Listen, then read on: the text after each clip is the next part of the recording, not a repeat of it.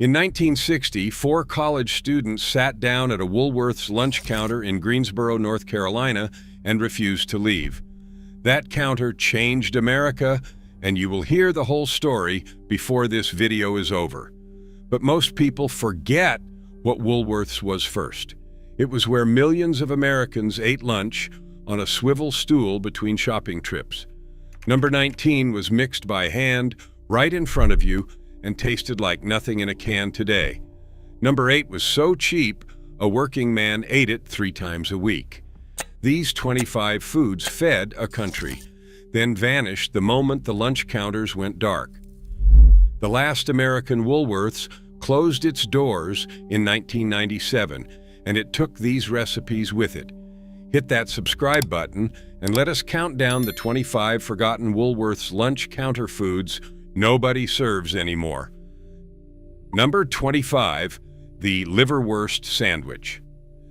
Before America decided organ meat was something to be ashamed of, the liverwurst sandwich was a lunch counter standard you could order at any Woolworth's in the country.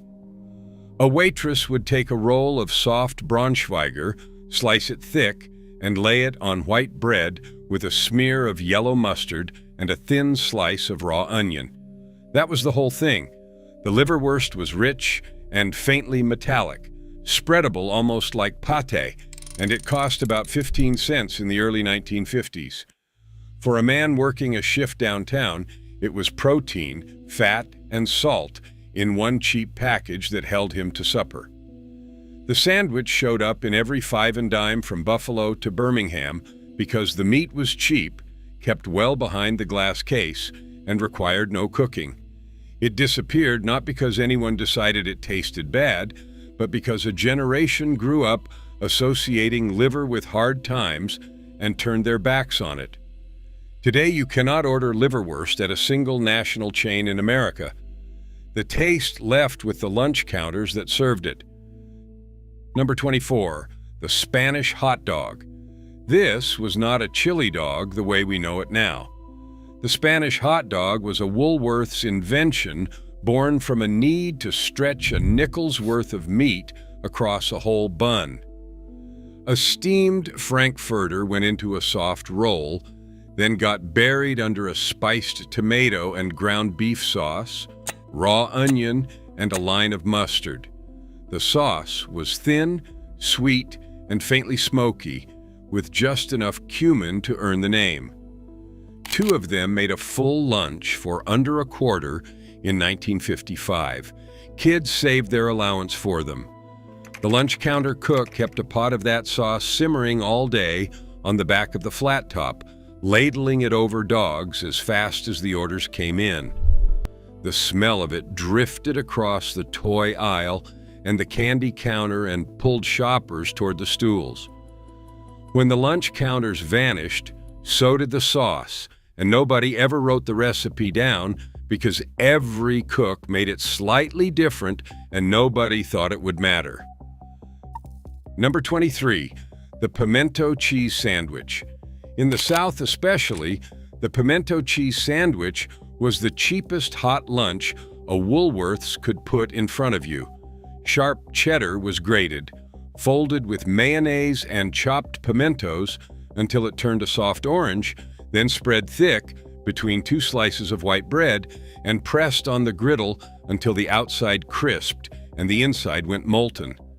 Some counters served it cold, but the grilled version was the one people drove across town for. A sandwich cost about 20 cents and came with a pickle spear on the side. The pimentos gave it a sweet, almost tangy edge that cut through the richness of the cheese. Southern grandmothers made their own version at home for years, but the lunch counter pimento cheese had a specific creaminess that came from being made in 5-pound batches every morning. Today, pimento cheese is sold in tubs at the grocery store for $4 and marketed as a Southern delicacy. At Woolworth's, it was just Tuesday. Number 22, the toasted tuna salad sandwich. Tuna salad was everywhere in mid-century America, but the Woolworth's toasted version was something a little better than what your mother packed in your lunchbox. Canned tuna was drained and mashed with mayonnaise, finely diced celery, a squeeze of lemon, and a pinch of onion, then spread on bread and grilled until the edges went gold and the filling warmed through.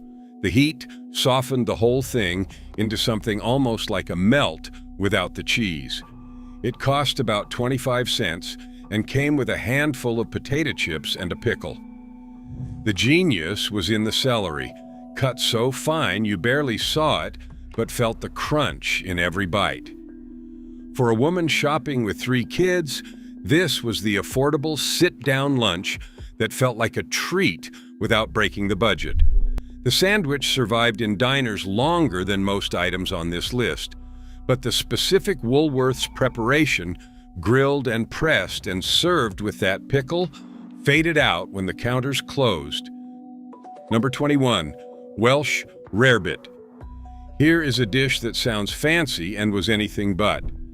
Welsh rarebit was sharp cheddar cheese, melted slowly with a splash of beer or milk, a dab of mustard, and a shake of Worcestershire until it turned into a thick, savory sauce. The cook poured it bubbling hot over 2 slices of toast and slid it down the counter. It was the kind of meal that filled you up on almost nothing, which is exactly why it appeared on Woolworth's menus during lean years. The cheese sauce coated the toast and soaked into it, turning crisp bread into something rich and almost custardy underneath. A plate cost around 30 cents in the 1940s. Office workers ordered it because it was hot, cheap, and felt slightly elegant for the price. The dish has roots going back centuries in Britain, but in America it lived on lunch counters and church suppers until both disappeared. Mention Welsh rarebit to anyone under 50 today, and you will get a blank stare. Number 20, chicken a la king on toast. This was the dish that made a little bit of chicken feel like a real dinner. Diced cooked chicken was folded into a cream sauce studded with mushrooms, pimentos, and peas, then ladled over toast points or a split biscuit. The sauce was thick and pale gold, rich with butter, and the pimentos gave it little flecks of red that made the plate look special. At Woolworth's, it was one of the pricier items on the menu, maybe 50 cents in the 1950s, which made it the thing you ordered when payday had come and you wanted to feel like you were treating yourself. The chicken was usually the trimmings from whatever the kitchen had roasted, nothing wasted, but folded into that sauce. It tasted like abundance. Chicken a la king was on the menu at hotels and lunch counters alike for decades. It vanished from American tables almost completely once frozen dinners made it seem old-fashioned, and now it survives only in nursing home cafeterias and the memories of people who grew up on it. Number 19, the lime phosphate. Before soda came in cans, the lime phosphate was mixed by hand right in front of you at the fountain.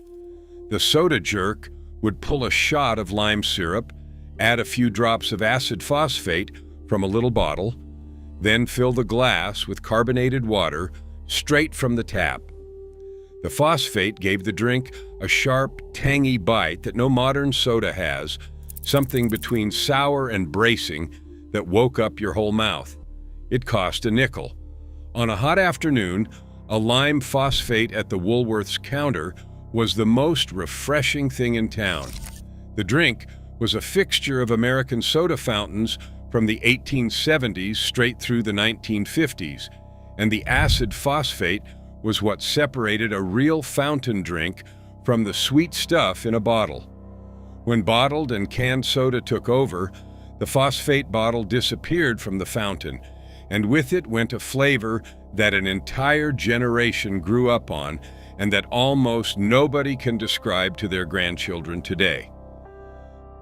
Number 18, the hand-mixed cherry Coke. Today, a cherry Coke comes out of a machine that does the mixing for you. At Woolworth's, it was made by a person. The soda jerk pulled a measure of Coca-Cola syrup into the glass, added a shot of real cherry syrup, then triggered the carbonated water to froth the whole thing together. A good jerk could adjust the ratio to your taste. More cherry, more fizz, exactly how you liked it. It cost a nickel, then a dime. It tasted nothing like the version that pours out of a fountain gun today, because it was made with actual cherry syrup, not flavored concentrate. Kids would spin on the stools waiting for it, watching the jerk work the taps like a performance. The hand-mixed Coke was the social center of the American small town, the place teenagers met after school and old men nursed a glass for an hour. The machine replaced the person, and the ritual died with the job. First, pattern break. Here is where the story gets bigger than the food. The man making your lime phosphate and your cherry Coke had a name on the lunch counter circuit. He was called a soda jerk, named for the jerking motion he used to work the soda taps, and in the 1920s and 30s, it was one of the most desirable jobs a young man could land. A good soda jerk was part bartender, part showman, part short-order cook. He had his own language. Burn one meant a chocolate malt. Adam and Eve on a raft meant 2 poached eggs on toast. 86 meant they were out of something, a phrase that survives in every American restaurant kitchen to this day, even though almost no one knows it came from the lunch counter. These men could mix 40 drinks from memory, keep a counter of 20 people fed, and never write down an order. The job vanished when the machines arrived. We kept the slang and threw away the craftsmen. Number 17, the egg cream.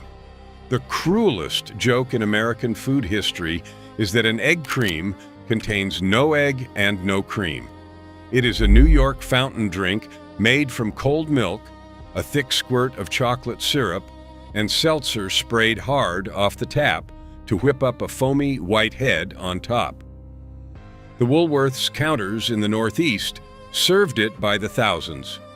Done right, the foam was an inch thick, and the drink underneath was cold, chocolatey, and impossibly refreshing. It cost a nickel.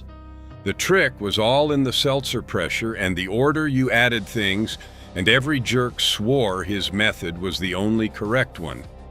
The egg cream was the drink of immigrant neighborhoods in Brooklyn and the Bronx, the thing kids bought with the change they found in the couch. It needs a real seltzer tap and real chocolate syrup to work, which is why it could never survive in a world of bottled soda. A handful of old fountains in New York still make it. Everywhere else, it is gone. Number 16, the black cow. A root beer float was good. A black cow was better. The difference was in how Woolworths made it. Instead of just dropping ice cream into root beer, the jerk would put a scoop of vanilla in the glass first, pull root beer syrup over it, then hit it with carbonated water so the whole thing foamed up into a brown, frothy mountain that spilled over the rim. You ate it with a long spoon and drank it with a straw at the same time. It cost about 15 cents. The cold vanilla against the sharp, sweet root beer created a creamy foam. In the middle, that was the whole point, the part you fought to get to. Kids ordered black cows on Saturday afternoons after their parents finished shopping, sitting in a row at the counter with foam on their lips. The drink survived in a few drive-ins and diners, but the Woolworth's version, made with syrup and a fountain tap instead of a bottle, had a specific texture that you cannot get anymore. Number 15, the frosted malted. The malted milkshake was the king of the Woolworth's fountain, and the frosted malted was its crown. The soda jerk would put milk, ice cream, flavored syrup, and a heaping spoonful of malted milk powder into a metal canister, then clamp it onto the green spindle mixer and let it whir until it was thick enough to stand a spoon in. The malt powder was the secret. It gave the shake a deep, toasty, almost nutty flavor that a plain milkshake never had, and a richness that coated your whole mouth. It came in chocolate, vanilla, and strawberry, and it cost about 20 cents, served in the tall glass with the extra in the metal canister on the side, so you got a glass and a half.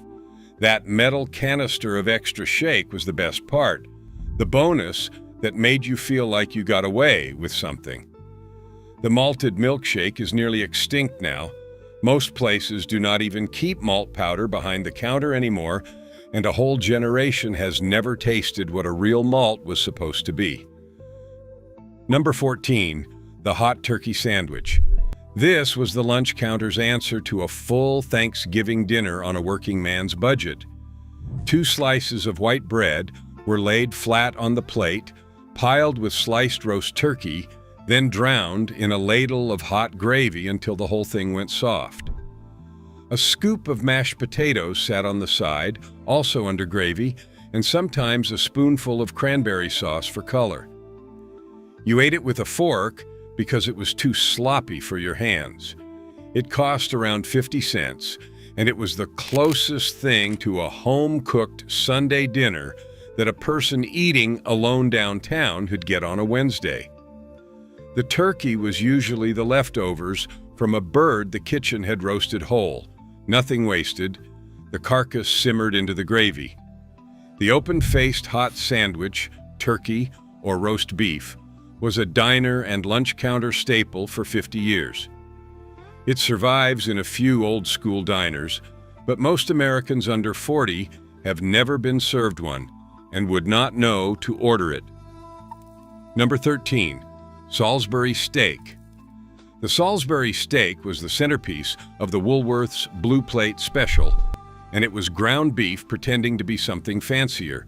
Cheap beef was mixed with breadcrumbs, egg, and onion, shaped into an oval patty, browned on the flat top, and then smothered in brown onion gravy. It came with mashed potatoes and a canned vegetable, usually peas or green beans, all on one divided plate for about 55 cents. The gravy was the whole trick, dark and savory, made from the drippings in the pan, stretched with flour and water. It turned a 30-cent patty into something that felt like a real dinner. The dish was named after a 19th century doctor who promoted a meat-heavy diet, and it became the default meal of lunch counters, school cafeterias, and TV dinners alike. Today, the only place most Americans encounter Salisbury steak is in a frozen tray, a sad imitation of what the lunch counter cook made fresh every single day from real drippings. Number 12, Woolworth's chili. Every Woolworth's counter had a pot of chili going, and it was its own specific thing, not the Texas kind and not the canned kind. It was a soft, soupy chili, more beans than meat, seasoned with chili powder and cumin and a little sweetness, simmered all day until the beans went creamy. You could order it in a bowl with crackers, or ladled over a hot dog, or spooned over a plate of spaghetti for the version some counters called a chili mac. A bowl cost about $1.25 and came with a sleeve of saltines. On a cold day, that bowl of chili and a cup of coffee was the cheapest way to get warm in the whole downtown. The recipe varied by region and by cook, but the soft, bean-heavy, slightly sweet profile was the lunch counter signature. When the counters closed, that specific style of chili went with them, replaced by canned versions that taste like tin and thickener. Second pattern break. Here is something the food industry does not want you to think about. The Blue Plate special, that whole plate of meat, starch, and a vegetable for under 60 cents, was not a marketing gimmick. It was arithmetic. Woolworths bought ingredients by the rail car. They could put a hot, complete meal in front of a working person for less than that person could make it at home. because nobody at home was buying 1,000 pounds of ground beef at a time. The lunch counter existed to keep shoppers in the store longer, which meant the food was almost a loss leader, priced to barely break even, so you would stay and buy a dress and a set of dishes after lunch. That is why the food was so cheap and so good at the same time. When the discount stores and the malls killed the five and dime, they killed the only place in America where a complete hot meal was engineered to be sold at cost. Nobody builds a business model like that anymore. There is no profit in feeding people well. Number 11, tapioca pudding. The little pearls of tapioca suspended in sweet vanilla custard were a fixture of the Woolworth's dessert case, sitting in glass dishes behind the counter waiting to be picked. Some people called it fish-eye pudding for the way the soft pearls looked, but they ate it anyway. The pudding was made fresh in big batches, cooked slow so the tapioca pearls swelled soft and the custard around them turned thick and creamy. It cost about a dime and came cold from the case with a spoon. For a kid, the texture was the whole appeal, those soft little beads that you could press against the roof of your mouth. For an old man, it was a soft dessert that did not require teeth.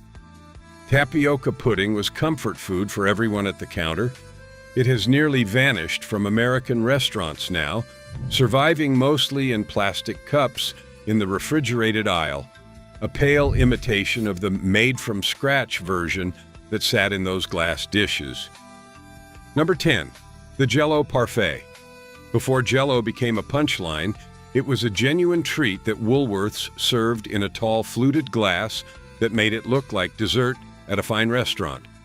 Layers of bright-colored Jell-O, usually cherry red or lime green, were alternated with whipped cream and sometimes canned fruit cocktail, building up the glass in stripes you could see through the side. It cost about 15 cents. The Jell-O was firm and cool and wobbled when the waitress set it down, and the whipped cream on top was real, piped from a canister. For a child, the parfait glass itself was half the magic, the way the colors stacked up like a little tower. Jell-O was the height of modern convenience in the 1950s, a space-age food that mothers and lunch counters both embraced. The parfait was its showpiece. Today, a layered Jell-O parfait in a tall glass is something almost no restaurant in America would think to serve, and the glasses themselves have mostly ended up in antique stores. Number 9, lemon meringue pie. The pie case at Woolworth's was a rotating glass tower, and the lemon meringue was the queen of it. A flaky crust held a layer of bright yellow lemon filling, tart and smooth, topped with a tall cloud of meringue that the kitchen browned until the peaks went gold. A slice cost about 20 cents, a quarter with a cup of coffee. The filling was sharp enough to make you pucker, balanced against the sweet, airy meringue on top, and the contrast was the whole point. The pies were made fresh, sometimes on site, sometimes delivered every morning, and they sat in that rotating case under the lights, tempting every shopper who walked past. A slice of pie and a cup of coffee at the counter was the great American afternoon pause, the 15-minute break that millions of people built into their day. The lunch counter pie case is gone, and with it the everyday ritual of stopping for a slice in the middle of an ordinary afternoon. Number 8, the coconut cream pie. If lemon meringue was the queen, coconut cream was the people's favorite, and at Woolworth's it was so cheap that a working man would order a slice 3 times a week. A graham or pastry crust held a thick vanilla custard packed with shredded coconut, topped with whipped cream, and a shower of toasted coconut flakes. A slice cost about 20 cents. The custard was dense and rich. The coconut gave it chew and texture, and the toasted flakes on top added a little crunch and a nutty depth. It was the dessert you got when you wanted to feel like the day had been worth something. The pies came in fresh every morning, and by the afternoon rush, the coconut cream was usually the first to sell out. American diner pie culture was built on slices exactly like this one, made cheap and made well and served with no ceremony. The coconut cream pie survives in a few diners, but the price and the everyday quality of it, the idea that a slice was just part of lunch, vanished with the counters. Third pattern break. Now here is the story I promised you at the start. On February 1st, 1960, 4 black college students sat down at the whites-only Woolworth's lunch counter in Greensboro, North Carolina, and ordered coffee. They were refused service. They stayed in their seats until the store closed. The next day, they came back with more students. Within a week, hundreds were sitting in. Within months, the sit-in movement had spread to dozens of cities across the South, and the Woolworth's lunch counter, that humble row of swivel stools, became one of the most important battlegrounds of the civil rights movement. By July of that year, the Greensboro Woolworths served its first meal to black customers at the counter. A section of that actual counter sits in the Smithsonian today. So when we talk about Woolworth's lunch counter food, we are not just talking about pie and chili. We are talking about a place that fed America, and a place where America was forced to decide who it was willing to feed. The food was ordinary. What happened over it was not. Number 7, the hot fudge sundae. The Woolworth's hot fudge sundae was a production. 2 scoops of vanilla went into a footed glass dish, then real hot fudge, kept warm in a pot at the fountain, was poured over the top so it set against the cold ice cream into a chewy ribbon. Then came whipped cream, a scatter of chopped nuts, and a single maraschino cherry on top. It cost about $0.25. The fudge was thick and dark and warm, and the contrast of hot and cold was the entire experience, the fudge going firm where it hit the ice cream. Kids stretched a sundae out as long as they could, scraping the dish for the last of the fudge. The sundae was the reward at the end of a shopping trip, the thing parents used to keep children quiet through the housewares aisle. The hot fudge sundae still exists, but the version made with a pot of real warm fudge at a marble fountain counter served in that footed glass dish is a thing of the past. Number 6, the banana split. The banana split was the most extravagant thing on the Woolworth's menu, the dessert you ordered to celebrate something. A banana was split lengthwise and laid in a long boat-shaped dish, then topped with 3 scoops of ice cream, usually vanilla, chocolate, and strawberry, each one crowned with a different topping: pineapple, chocolate, and strawberry sauce. Whipped cream, nuts, and cherries finished it off. It cost about 39 cents, which made it a splurge, the thing 2 kids might share or a teenager might buy to impress a date. The whole creation was nearly a foot long and took real skill to assemble fast during a rush. Watching the soda jerk build one was half the fun, the bananas and the scoops and the sauces going down in a practiced sequence. The banana split was the showpiece of American fountain culture, the dessert that said the soda fountain could do anything. It survives at a few old parlors, but as an everyday lunch counter order built by hand by a soda jerk, it belongs to a vanished world. Number 5, deviled eggs.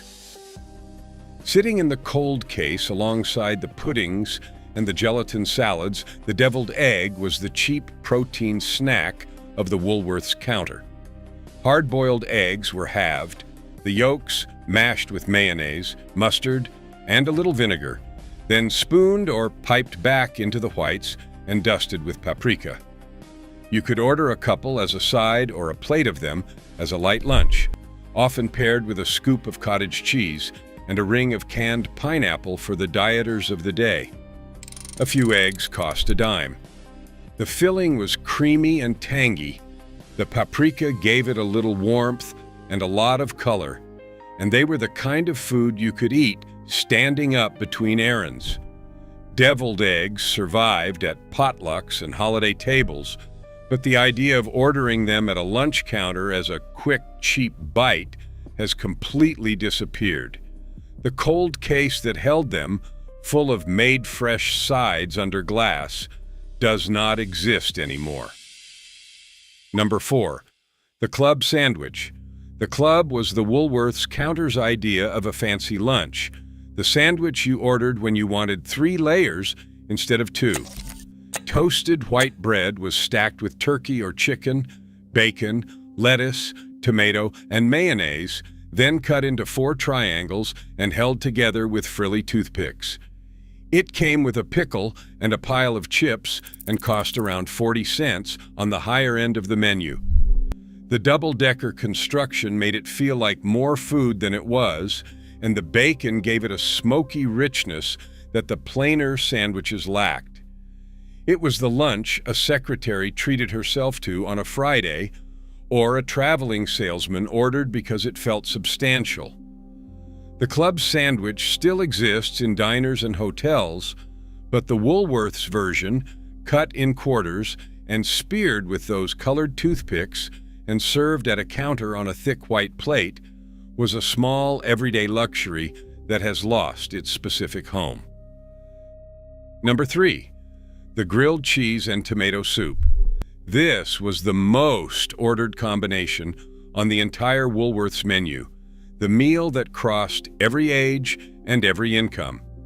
2 slices of white bread were buttered, layered with American cheese, and pressed on the hot flat top until the outside went deep gold and crisp and the cheese inside turned to liquid.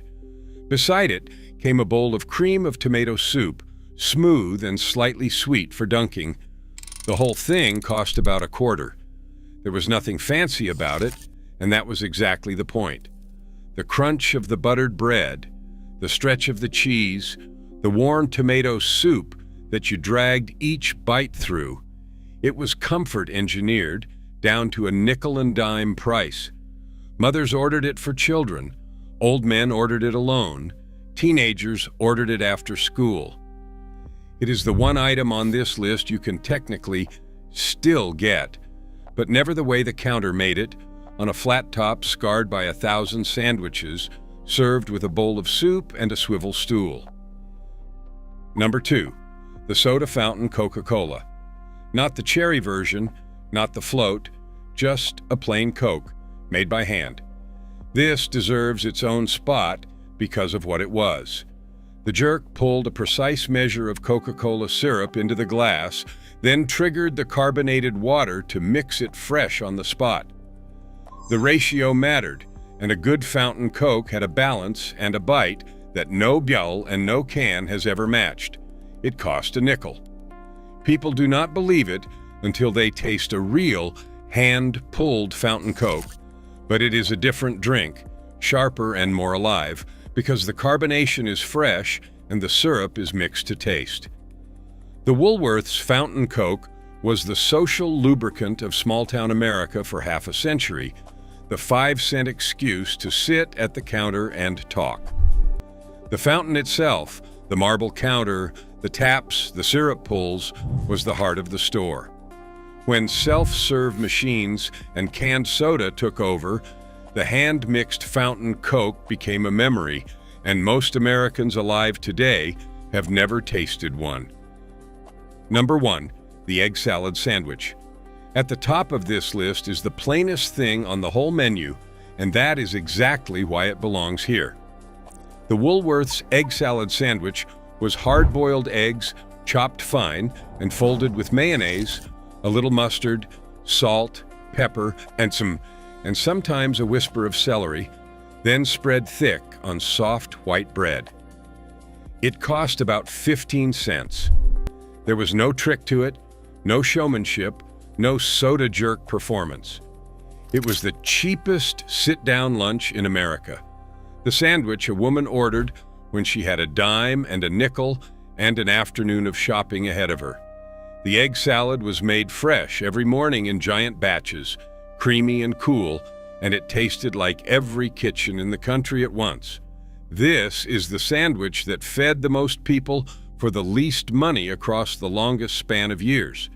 It was on the menu the day the lunch counters opened and the day they closed. It asked nothing of you, and it never let you down. When the last Woolworths went dark in 1997, this humble sandwich, made by hand at a counter where a country once sat down together, quietly disappeared. It is the one we should remember most. Here is my challenge. Tell me which one your grandmother used to order because somebody in your family sat at one of these counters. Drop it in the comments. Because these were never just lunch. They were the last place in America built to feed everybody at the same counter for the same nickel. We let it go. Now you remember it too.